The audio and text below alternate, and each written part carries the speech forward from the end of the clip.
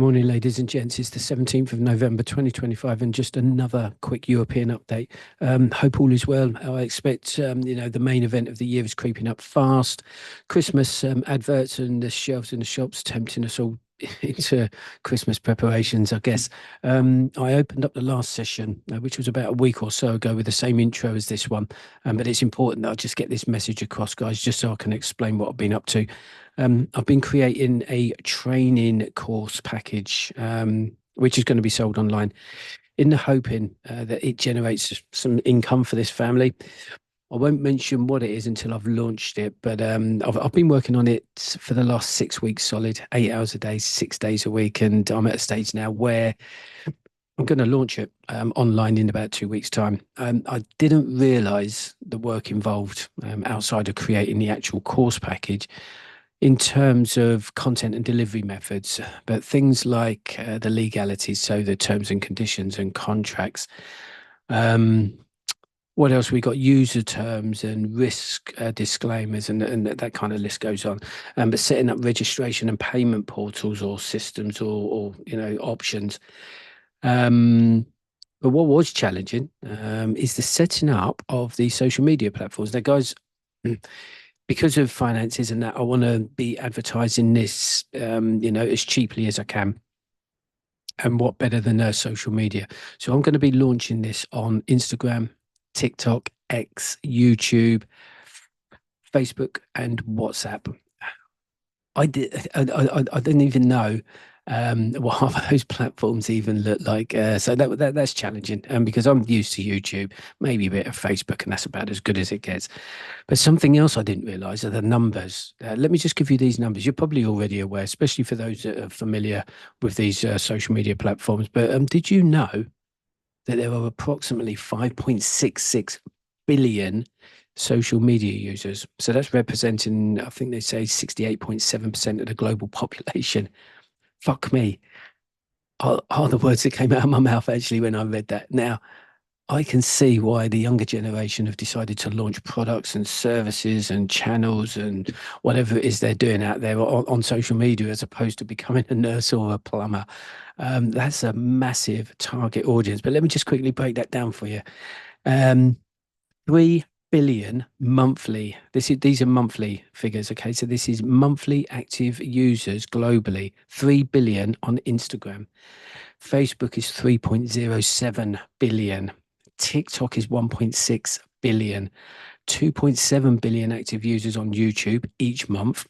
3.1 billion on WhatsApp and 650 million on X.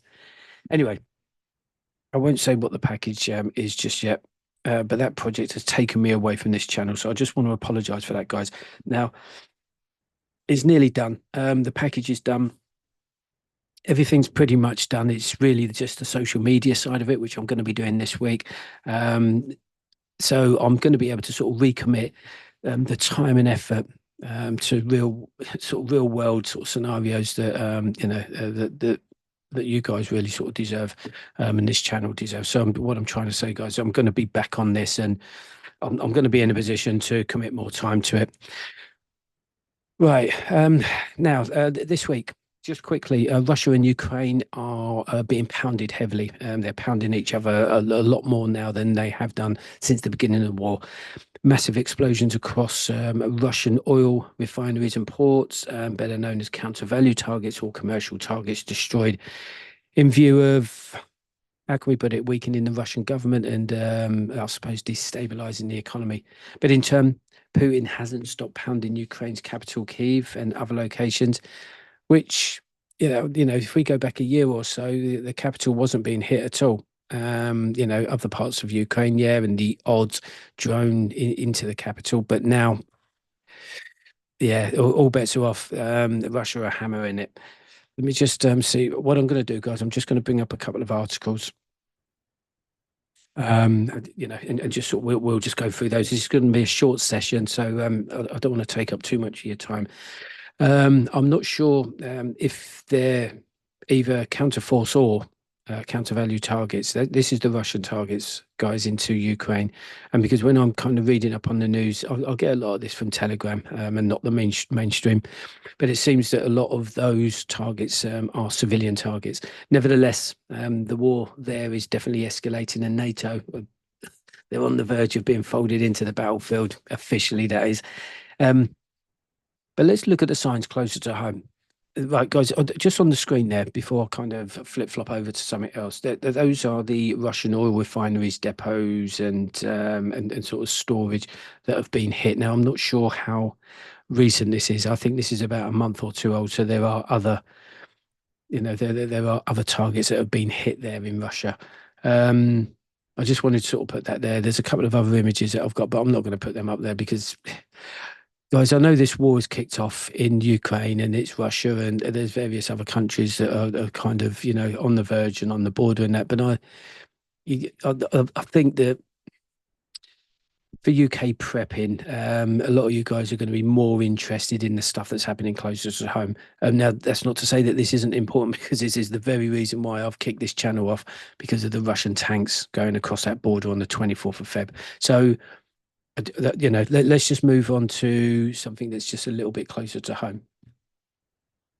And this is important, guys. If you haven't heard already, we now have Germany and Poland ratcheting up their war footing, and now talking about conscription and mobilization. So the Secretary General of NATO, Mark Rutte, he arrived in Germany last week just to announce the opening of a new NATO AWACS, that's AWACS, or Airborne Warning and Control System Force. Simply put, it's just a mobile airborne radar system and command and control platform that provides surveillance and real-time picture of the battle space for military operations. But more importantly, for those of you that aren't interested in the deployment of military assets across the theatre, which most of you aren't going to be, this information is also coming out of Germany. Again, this was last week, I believe on the 13th November. So where are we? The 17th today. So yeah, 4 days ago. Germany's coalition government announced a new military service plan to boost troop numbers, aiming for a total of just over 250,000 or 260,000 by 2035. So that's 250,000 troops, or the troop numbers to be increased over the next 10 years. Now, the 2035 is kind of anyway. Let's leave that there for a minute. This is a significant shift in defence policy in response to the perceived threat from Russia, for obvious reasons. I'm not sure how to take these announcements when we read some of these articles, because they too have to be deciphered. Even this article, for obvious reasons, has been wrapped up in cotton wool. They don't want to be causing panic or distress anywhere. And a new military service plan to boost troop numbers is just a ramping up of military recruitment campaigns across mainstream and social media. But who knows? That when they say a military service plan, that's kind of what you would expect. But the reality is, the two words that you need to keep at the forefront of your minds is conscriptions and mobilization. So that's a little bit more than volunteering as such, or going into your army careers office. But anyway, before I read a couple of these articles, I had to sort of dig into other areas and just find out exactly what this lot meant. And it is really, firstly, to clarify. Now, again, mainstream, we're looking at BBC News here. They're fairly credible, shall we say. The people that used to run it in terms of CEOs and all that, maybe not. But let's just go with that for now. I'm not going to try and sort of further educate any of you people out there in geography, because there's no point in that. For many people living here in the UK, thinking that Germany is a million miles away, that's fine. If that is your train of thought, then look at it like this. We're talking about conscription of younger, or the younger generation. That could be your sons and daughters over the next few years. But putting that aside, what can we learn from this news? All I'm suggesting here is we listen to the information coming out of the countries across Europe and look out for those signs here in the UK. That's my whole train of thought, guys. As a prepper, I need to know what we're preparing for. Now I know what we're preparing for, but I need to know timescales. For me, timescales is important because one of the big impacts that I've had and kind of still got is financial. It's a massive restriction in terms of some of my preps. So I have to adapt. That's why, I'm having to do other things. But we need to understand what those threats are. And I'm looking out for signs. I'm looking out for signs here in the UK, so I know whether I'm running out of time or not. Is there a need for a sense of urgency and so forth? But this also applies, guys, not just to us or me in here in the UK, but also, your country of residence, wherever that is you are. We're receiving information from many countries across Europe, countries as close as France and Germany. And when they're telling you and I about, what was it, last month, about 5 weeks ago, about the mass casualty preparations in hospitals across France and new military service plans, let's call them what they really are, and that's conscription sort of plans across Germany. And simply, just retain that information and just look out for those same signs in your country. So for me here in the UK, I'm expecting it, and I'll tell you for the reason why, guys, is because Richie Sunak last July mentioned conscriptions here in the UK. He only mentioned it once; it hasn't been mentioned again. But the seed has been sown. When a country goes onto a war footing, that's exactly what you're going to expect. That's part of the strategy, preparing a country for war. In Germany, this means, let me just scroll down. Okay, so Germany agrees new military service plan to boost troop numbers. Okay, fine. I'm not going to read all of this out. I'm just going to go across some of the numbers. We've got, 255 to 260 over the next 10 years. 255,000 to 260,000. 200,000 of those are going to be reservists. From next year, all 18-year-old men and women will be sent a questionnaire to assess their interest and willingness to join the armed forces. It will be mandatory for men and voluntary for women. What will be mandatory? Anyway, because you're sending out a questionnaire to see who is willing to join and who's not. But anyway, from July, not next year, but the year after, all men aged 18 will also have to take a medical exam and assess their fitness for duty. So this number here, people might think, it's 2025 is done, guys. So we're going into 2026. Things are going to start really happening. We need NATO. We don't need, well, we do. NATO have to be folded into this conflict. And I see personally, this is only my prediction and my view, my opinion, but I see that happening in March of next year. Where are we? So that's 4 months away. Once it happens, guys, things are going to change politically, militarily. It's just going to change. It's going to change for us. It's going to change for a lot of people. Moving on to, right, okay, yeah, what we got, 2027, all men aged 18 will have to take a medical exam, Okay, so that's kind of what we're looking at here, guys. I don't want to spend too much time on that. But also, what we're seeing, we're also, Poland, that's it. Poland have announced a plan to provide military training to all adult men, aiming to create a large reserve force in response to regional threats.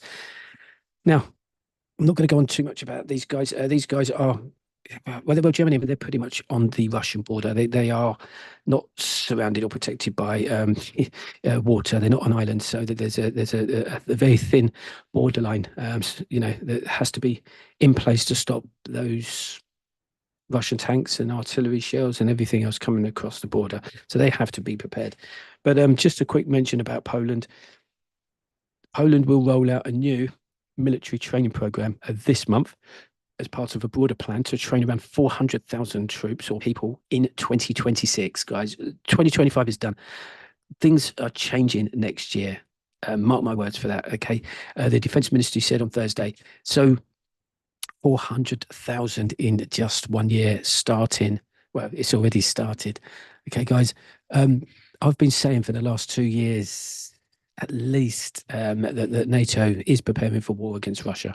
I'm a firm believer in that. I'm going to stick to that, and it's blatantly obvious. NATO being 32 member state countries, predominantly across Europe, and I'm going to say this again, people, because I just don't think that there are enough people out there either getting it or even understanding what's happening. Now, that's not their fault, because if it's not on mainstream, or if it's not, if they are not telling you, then unless you go looking for it, you're not going to know. So that's not their fault. That's the narrative that's going to be controlled by the governments around the world. When a country goes onto a war foot, guys, that means that said country is in a state of readiness to fight a war with military and civilian resources mobilized and prioritized for conflict. This involves shifting of economies, governments, and even society to a state of a high level of urgency, often by reallocating resources and focusing on defence, which certainly the UK, but the rest of Europe have been doing for the last nearly 4 years. So for anyone here in the UK that isn't aware, the UK government announced in 2024, last year, I said it was Richie Sunak, him and his crew, mentioned and stated that the country, as in the UK, is on the war footing. With the release of the new Strategic Defence Review this year, that's 2025, which signalled a major shift in national security policy to address new threats like, those from the revanquished Russia and other sort of state-level aggressors. It's clear for millions of people in this country and around the world now that there are significant shifts in economies. We are seeing it. I'm feeling it. And this is all off of the back of the Russian invasion. Let's go back to 2022. That's when the energy crisis kicked in, and all. Anyway, it's tumbled from there.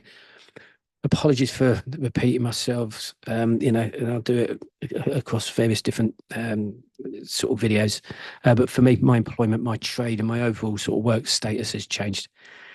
I believe that because of the war in Ukraine, my lifelong trade, if you want to call it that, simply flushed down the toilet whilst I adapt and change.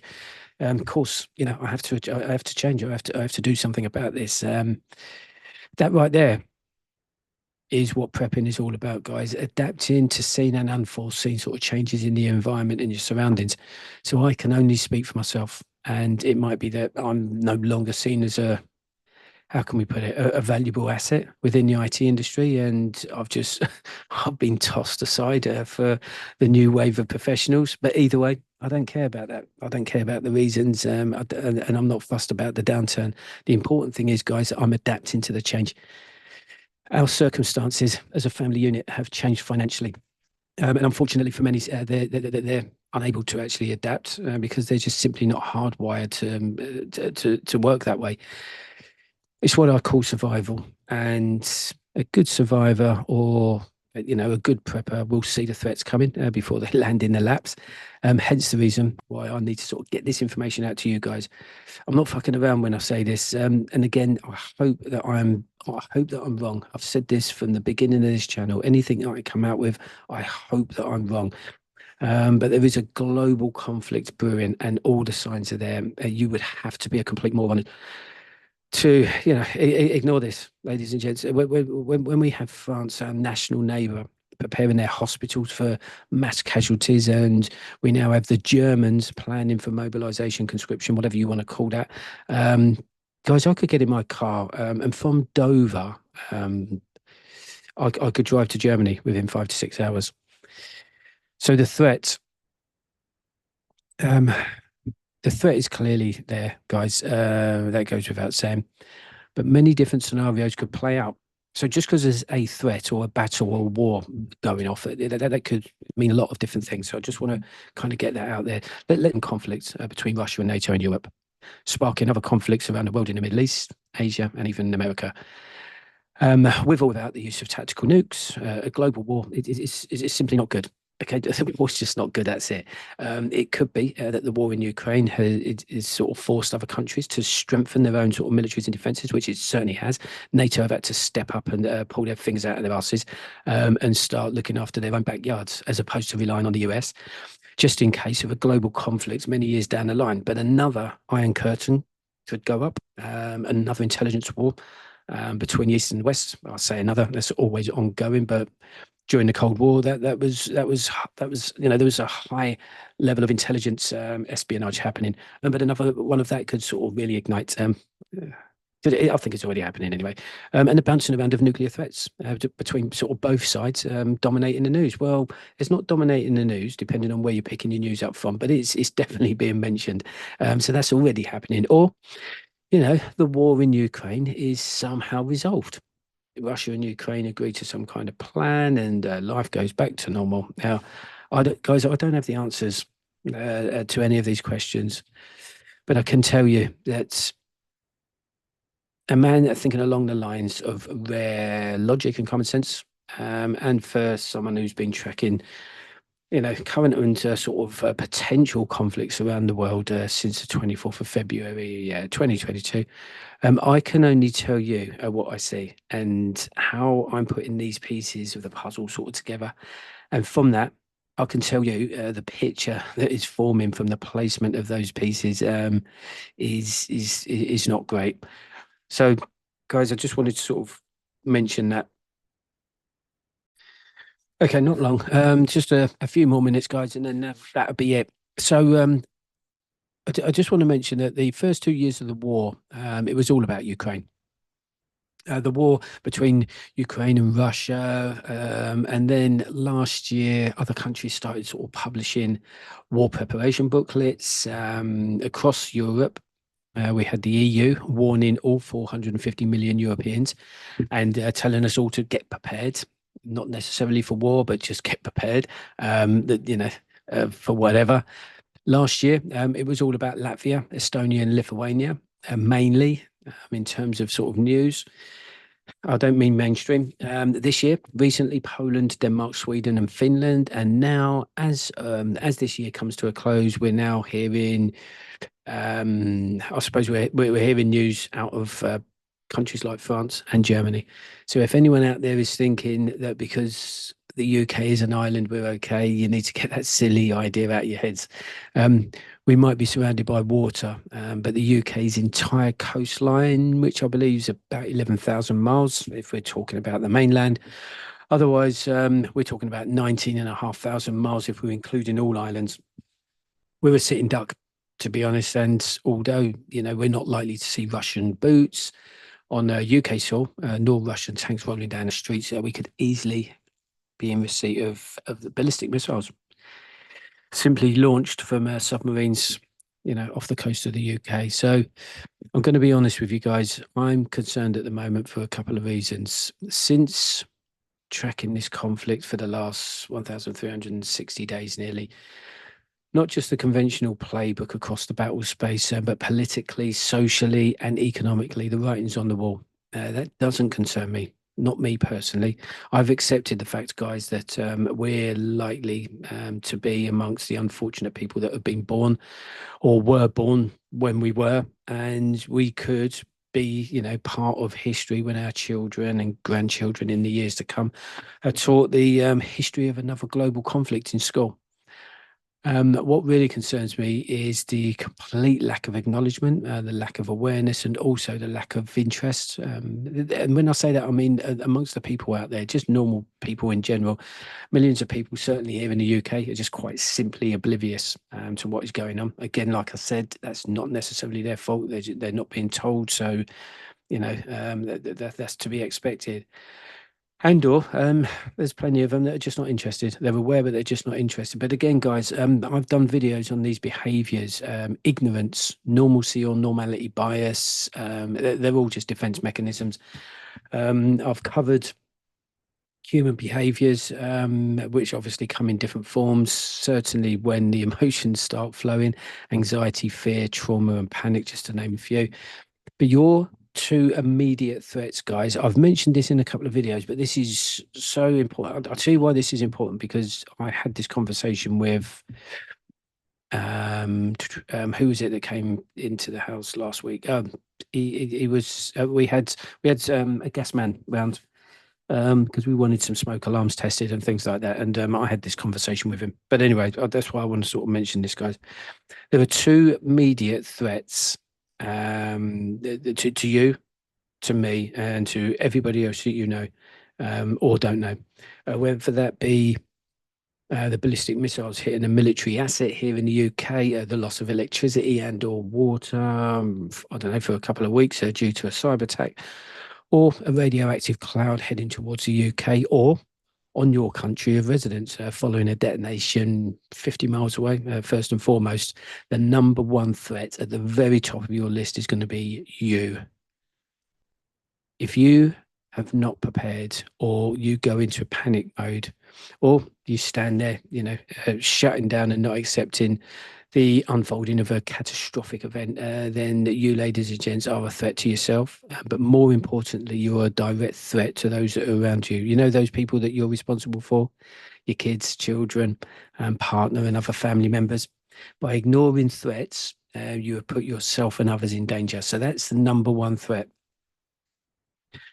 The second one, the second threat is just going to be those people around you, your neighbours, the people that you may talk to every day, your work colleagues who you definitely would be talking to every day, friends at the weekends on the phone, social media, the general public, and even your family.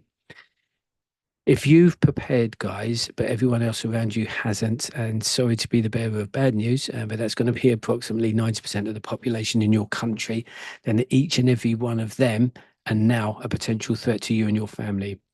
Raw survival, guys, can bring with it barbaric brutality. Now, I know, most people out there will be completely sort of, well, they'll be completely ignorant to any such suggestions. That is the normalcy bias just kicking in. You simply won't believe that a group of men, let's say, for example, this is only an example, guys, but let's just say, for an example, a group of men, come through your front door, take everything that you have, rape and beat the living daylights out of you, and then they move on to the next house.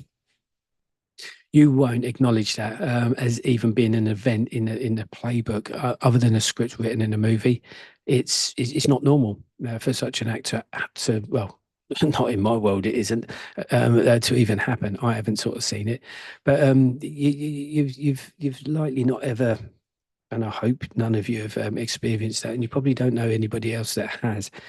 Okay, so that's not normal, and that's where the normality bias comes into it. Just because it hasn't happened in your world and in your life doesn't mean it won't. I had this gas engineer. He came round. He wasn't fitting the smoke alarms. He was just doing. I wanted the smoke alarms tested in the house, so we had him round. And again, we kind of got talking about this subject. He was clearly aware of the war in the Ukraine. I'll say clearly, but it's not receiving anywhere near as much airtime on mainstream as it should be. But I told him straight, and I told him my thoughts. He was asked him his age and a couple of factors, but he was 39 years old. He was a family man, but the concern on his face was evident. And he asked, "What does it actually mean for the people in the UK?" When I'm talking about the conflict in Ukraine. As I've said to many people, first and foremost, identify the threats first to you and your family, because until you've done that, guys, you're going to have no idea what you're actually preparing for. For anyone new to this channel, let me provide you with just a summarized answer to that question, because I don't want to go into it. As I've just mentioned, the UK is an island, but remember, guys, if you're in a different country, these principles still apply. We are probably more likely to be attacked by our British brothers and sisters before being shot by Russian troops. In simple terms, a conventional threat for me is a ballistic missile launched from a Russian submarine 50 to 100 miles off of the British coastline. With that in mind, if you're in ground zero when that hits, no matter who you are, it's game over. But the most important concern will be the type of warhead on those missiles, nuclear, non-nuclear. I'm not going to go into that either, not that subject, because I have also covered that on numerous other previous videos. Identify the potential targets here in the UK. So that's for that scenario. So a conventional attack. Okay. So firstly, you need to identify the potential targets here in the UK, for example, of which I've identified 40 tier one targets. Check them out on a couple of previous sort of videos that I've done. I think there's a video called UK's Defence and Deterrence, and there's another one before or after that. That covers everything that I'm talking about at the moment. Then once you've identified those locations, or you've watched that video because I've identified them for you, just then assess how far or how close you are to any of those targets and make plans accordingly. Or there are attacks in the form of hybrid warfare, particularly cyber attacks and sabotage. So cyber attacks on critical infrastructure, such as water, gas, telecommunications, banking and logistics, just to name a few. Or sabotage of undersea tier one cables, cables that provide internet access and electricity from country to country. So remember, guys, we're an island and we rely on certain critical infrastructure services coming into the mainland via some of these cables. If any of those are severed or sabotaged, we could be in trouble. If you're unsure that such a scenario or what the scenario actually looks like, if any of you want to know what a small loss of a service actually feels like? When I say this, guys, I know none of you are going to go and do this, but I'm just going to say it anyway. Just go to your fuse box in your house right now. Not later, after you've been to the shops and you've stocked up and prepared, and just go to that fuse box and your electricity fuse box, and just turn it off. And don't leave the house for 48 hours. For some of you, which is going to be most unfortunately totally unprepared, 6 hours in, those people are going to start feeling the pain. No internet, no power, perishable food gone after 24 hours in the fridge and freezer. And what have we got? So electricity. So the only saving grace there is just going to be water coming out the taps. So no dehydration, thankfully. And you can keep yourselves clean, which is good for morale. And no sanitation hurdles to get over. I've done a couple of videos, guys, on a 3-day and a 5-day food and water fast. So that's no food, no water for either 3 or 5 days. Both of those tasks I've done this year. And why? Because I now know what it feels like to be without food and water for 72 or 110 hours. The 5-day one, that was sort of, I finished that just slightly early, just a few hours early, because I started getting pains in my kidneys, so it was time to stop. The only reason for me doing those fasting tests, though, guys, was to understand what it means to be without those items, to understand what both my body and mind go through, and most importantly, finding out my own internal boundaries. I now know that if I cannot get water and food for 5 days, the effects physically will start to kick in. So for some of you, those effects are going to be different. They'll kick in after 2 days because we're all built differently. But guys, this is what real preppers do. Understand yourself first, and then get the rest. The rest of it will just fall into place. The rest of it's easy. If you don't understand yourself, your own boundaries, your own capabilities, then you're starting in the wrong place, going off to the shops and buying all this and buying all that. That's, you could have all the kit and the supplies in the world, but if you can't survive mentally, and you go to shit within, if you go to shit without some of those services, then that's it. You're done. You're finished. Right, completely off track there. All I wanted to do, guys, is just kind of give you a quick European update. This news, when it becomes closer to home, I have to sort of mention it. So that's Germany, Poland. It's just telling you quickly about their preparations and what they're doing as a country. And that's it. So get yourselves military fit, guys. Get yourselves infantry aware. Always keep an ear to the ground, and just think about your preparedness.